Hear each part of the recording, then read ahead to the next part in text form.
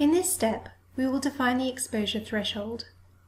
In Part A, you can select from two options, exposure count and exposure score.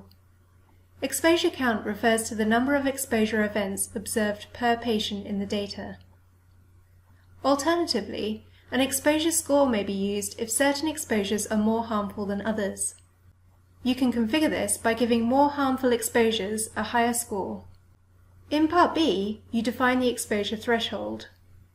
Use the frequency distribution and statistics to decide on a threshold.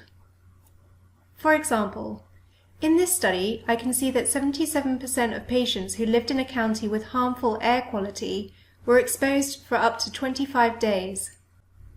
If I hypothesize that frequent exposure leads to autism, I might say that an exposed person must have at least 10 days of exposure to harmful air quality. However, if I hypothesize that only 1 day of exposure can lead to autism, I can change my exposure threshold to exactly 1. For more help, check out the FAQ section of the Help Desk.